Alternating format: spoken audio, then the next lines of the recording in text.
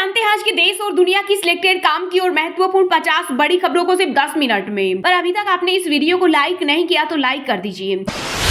मोदी सरकार की उज्ज्वला योजना में घटी लोगों की दिलचस्पी। फ्री में सिलेंडर चूल्हा देने पर भी कनेक्शन नहीं ले रहे लोग। कांग्रेस बोली मोदी सरकार की भ्रष्ट योजना की निकल गई हवा। 2024 में जनता बीजेपी को सत्ता से भी निकाल फेंकेगी। ऑपरेशन अजय का हुआ आगाज। इजरायल में फंसे 212 भारतीयों के पहले जत्थे को लेकर दिल्ली पहुंची एयर इंडिया की फ्लाइट। केंद्रीय मंत्री राजीव चंद्रशेखर ने किया स्वागत। अभी भी फंसे हैं 20,000 भारतीय। युद्ध किसी के हित में नहीं, आतंकवाद दुनिया के लिए बड़ी चुनौती से सख्ती से ही निपटना होगा। इजरायल हमास जंग पर P20 समिट में बोले पीएम मोदी। भारत और पाकिस्तान के बीच आज अहमदाबाद में खेला जाएगा हाई वोल्टेज मुकाबला। इस विश्व कप में दोनों देशों ने अब तक खेले दोनों मैच जीते। टीम इंडिया का बॉलिंग अटैक पाकिस्तान के लिए बन सकता है दिक्कत। अडानी हिंडनबर्ग मामले में सुनवाई 20 अक्टूबर तक टली। अडानी ग्रुप की 10 कंपनियों में से 9 के शेयरों में गिरावट। एंटरप्राइजेस का शेयर करीब 2% गिरा। यूपी में धर्म स्थलों पर फिर से चलेगा लाउड स्पीकर हटाओ अभियान। सीएम योगी ने दिए सख्त निर्देश। पुलिस कप्तान की होगी जवाबदेही। गोल्डन बॉय नीरज चोपड़ा को मिला 2023 का पुरुष athlete of the year award. World athletics ने किया नॉमिनेटेड। कांग्रेस ने बीजेपी के खिलाफ जारी किया पोस्टर। पवन खेड़ा बोले इनको वोट देने का मतलब बटन कमल पर दबेगा और वीवीपैट से अडानी निकलेगा। भूखमरी में पाकिस्तान बांग्लादेश से पीछे भारत दुनिया के 125 देशों में मिला 111वां स्थान। मोदी सरकार ने रिपोर्ट को बताया गलत। आज होने वाले भारत पाकिस्तान मैच का दिखा जबरदस्त क्रेज। रेलवे ने अहमदाबाद के लिए चलाई विशेष ट्रेन। इतिहास में ऐसा पहली बार हुआ है कि किसी मैच के लिए स्पेशल ट्रेन चलाई गई। आप सांसद की फिर बड़ी मुश्किलें। दिल्ली की रावजीवनी कोर्ट ने 27 अक्टूबर तक बढ़ाई न्यायिक हिरासत। कोर्ट से बाहर निकलते ही कहा मोदी इंडिया के नहीं अडानी के प्रधानमंत्री हैं, उनकी जांच कब होगी। जम्मू कश्मीर में फिलिस्तीन के समर्थन में प्रदर्शन। अमेरिका इजरायल मुर्दाबाद के नारे लगे। पोस्टरों पर लिखा गाजा में हमारे भाइयों बहनों को बचाओ। राष्ट्रीय राजधानी में पोल्यूशन के खिलाफ एक्शन। केजरीवाल सरकार दिल्ली के खेतों में कराएगी फ्री बायोडी कंपोजर का छिड़काव। दुर्गा पूजा से पहले बिहार कैबिनेट की बैठक में 8 एजेंडों पर लगी मुहर। प्रमोशन को लेकर नीतीश सरकार का बड़ा फैसला। शिक्षा, स्वास्थ्य, पुलिस, टीचर समेत अन्य विभागों के कर्मचारियों को मिलेगा लाभ। खालिस्तानियों की धमकी के बाद टीम इंडिया की सुरक्षा बढ़ी। Bharat Pak world cup match के लिए 12,000 सुरक्षाकर्मी, बम स्क्वाड, एंटी ड्रोन तैनात। अरब जैसा डिजाइन 9,000 नमाजी और नाम की खास। अयोध्या में पैगंबर मोहम्मद के नाम पर होगी बाबरी मस्जिद के बदले बनाई जाने वाली मस्जिद का नाम। मौलवियों के सम्मेलन में हुआ फैसला। जियो का बड़ा धमाका। कंपनी ने फेस्टिव सीजन में लॉन्च किया जियो भारत B1 4G फोन। 1,500 रुपए से भी कम है कीमत। गाजा पर बमबारी नहीं रुकी तो अन्य मोर्चे पर शुरू होगा युद्ध। ईरान ने दी धमकी। इजरायल सेना ने की जमीनी हमले की तैयारी। सिर्फ आदेश का इंतजार। 3.60 लाख रिजर्व सैनिक बुलाए। बेंगलुरु के एक घर में 42 करोड़ रुपए केस मिले। 22 बॉक्स में भरकर बेड के नीचे रखे थे। बीआरएस बोली ये कांग्रेस का पैसा। इजरायल हमास को लेकर यूपी के सीएम योगी का सख्त आदेश। कहा भारत के स्टैंड के खिलाफ बोलने पर होगा एक्शन। चुनावी माहौल में हेलीकॉप्टर के किराए ने भरी उड़ान। 5 लाख रुपए प्रति घंटे में नेता कर रहे बुकिंग। यूपी के बहुचर्चित कारतूस कांड में 20 पुलिस वालों समेत 24 दोषियों को 10 साल की सजा। रामपुर कोर्ट ने नक्सलियों को सरकारी हथियार सप्लाई करने के मामले में सुनाया फैसला। यूपी में 69,000 शिक्षक भर्ती के उम्मीदवारों ने किया प्रदर्शन। सीएम आवास पहुंचकर किया घेराव। पुलिस को नहीं लगी खबर। ऐसा खौफनाक मंजर पहले कभी नहीं देखा। इजरायल से लौटे भारतीयों ने सुनाई दास्तां। पीएम मोदी को कहा शुक्रिया। वंदे मातरम और भारत माता की जैसे गूंजी फ्लाइट। दिल्ली मेट्रो में लाइन से खड़े होने का झंझट हुआ खत्म। अब QR कोड स्कैन कर ले सकते हैं टिकट। इजरायली सेना की जांबाजी। हमास के बंकरों से 60 आतंकियों को मार। 250 बंधकों को छुड़ाया। डिप्टी कमांडर को जिंदा पकड़ा। राम मंदिर निर्माण का श्रेय बलिदानी और सुप्रीम कोर्ट को दी। शिवसेना नेता संजय राउत बोले संघर्ष में तमाम और लोग भी थे शामिल। LOC के पास स्थापित होगी शिवाजी की प्रतिमा। पाकिस्तान की ओर होगा मुंह। महाराष्ट्र के सांस्कृतिक मंत्री सुधीर मुंगटीवार ने कहा छत्रपति शिवाजी महाराज पूरे देश का गौरव। इजरायल के समर्थन से नहीं बिगड़ेंगे अरब देशों के रिश्ते। अपने रुख पर मजबूती के साथ खड़ा रहेगा भारत।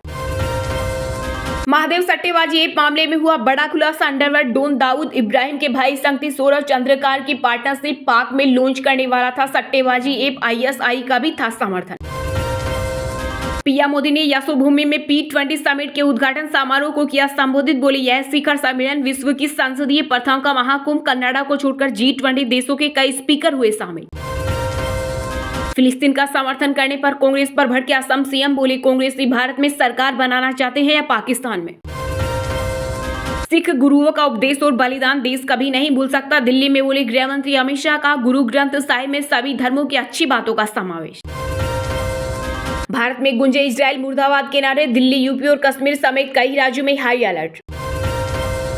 शुक्रवार को लाल निशान के साथ बंद हुआ शेयर बाजार। सेंसेक्स 125 अंकों की गिरावट के साथ 66,282 पर हुआ बंद, तो वहीं निफ्टी 44 अंक लुढ़ककर 19,751 पर हुआ बंद। मेक्सिकन सीनेट की अध्यक्ष एना लिलिया रिवेरा ने पीएम मोदी को बांधी राखी। दिल्ली एनसीआर में होने वाली है पानी की किल्लत। गंग नहर में सफाई के कारण 20 दिन ठप रहेगी गंगा वाटर की सप्लाई। महाराष्ट्र में विधायकों की अयोग्यता मामले में सुप्रीम कोर्ट ने विधानसभा अध्यक्ष को दी अल्टीमेटम। कहा, अगले चुनाव से पहले ही हो फैसला। महाराष्ट्र में नवरात्रि उत्सव और छठ पूजा के लिए बीएमसी ने की खास तैयारी। लोगों को मिलेगी आवश्यक सुविधाएं, सर्कुलर किया जारी। मध्य प्रदेश में विधानसभा चुनाव के लिए नवरात्र के पहले दिन जारी होगी कांग्रेस के प्रत्याशियों की पहली सूची। रणदीप सुरजेवाला ने दी जानकारी। इजराइल हमास युद्ध के बीच हाई अलर्ट पर दिल्ली, महाराष्ट्र और गोवा। चप्पे चप्पे पर पुलिस तैनात। इजरायलियों की सुरक्षा का मिला निर्देश।